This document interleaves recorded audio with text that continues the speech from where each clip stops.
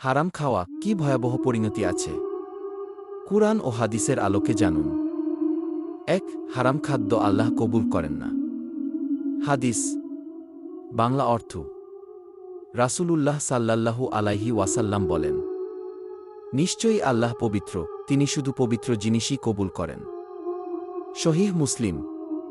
এই হাদিসের ব্যাখ্যা: হারাম উপার্জনের মাধ্যমে সাদকা, নামাজ, হজ কিছুই আল্লাহ কবুল করেন না। ২. দোয়া কবুল না হওয়ার কারণ কি? হাদিস বাংলা অর্থ রাসূল সাল্লাল্লাহু আলাইহি ওয়াসাল্লাম এক ভ্রমণকারীর দোয়ার কথা উল্লেখ করে বলেন, তার খাদ্য হারাম, পানীয় হারাম, পোশাক হারাম, হারাম উপার্জনে লালিত হয়েছে, তাহলে তার দোয়া কিভাবে কবুল হবে? সহিহ মুসলিম। ৩. হারাম খানা জাহান্নামে নিয়ে যেতে পারে।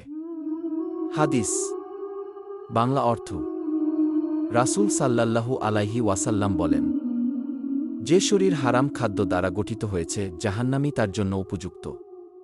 তিরমিজি। ৪. কিয়ামতের দিন হারামের হিসাব।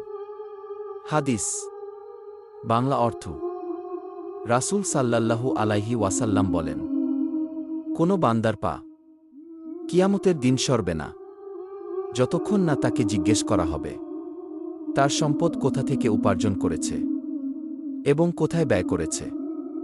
তিরমিজি।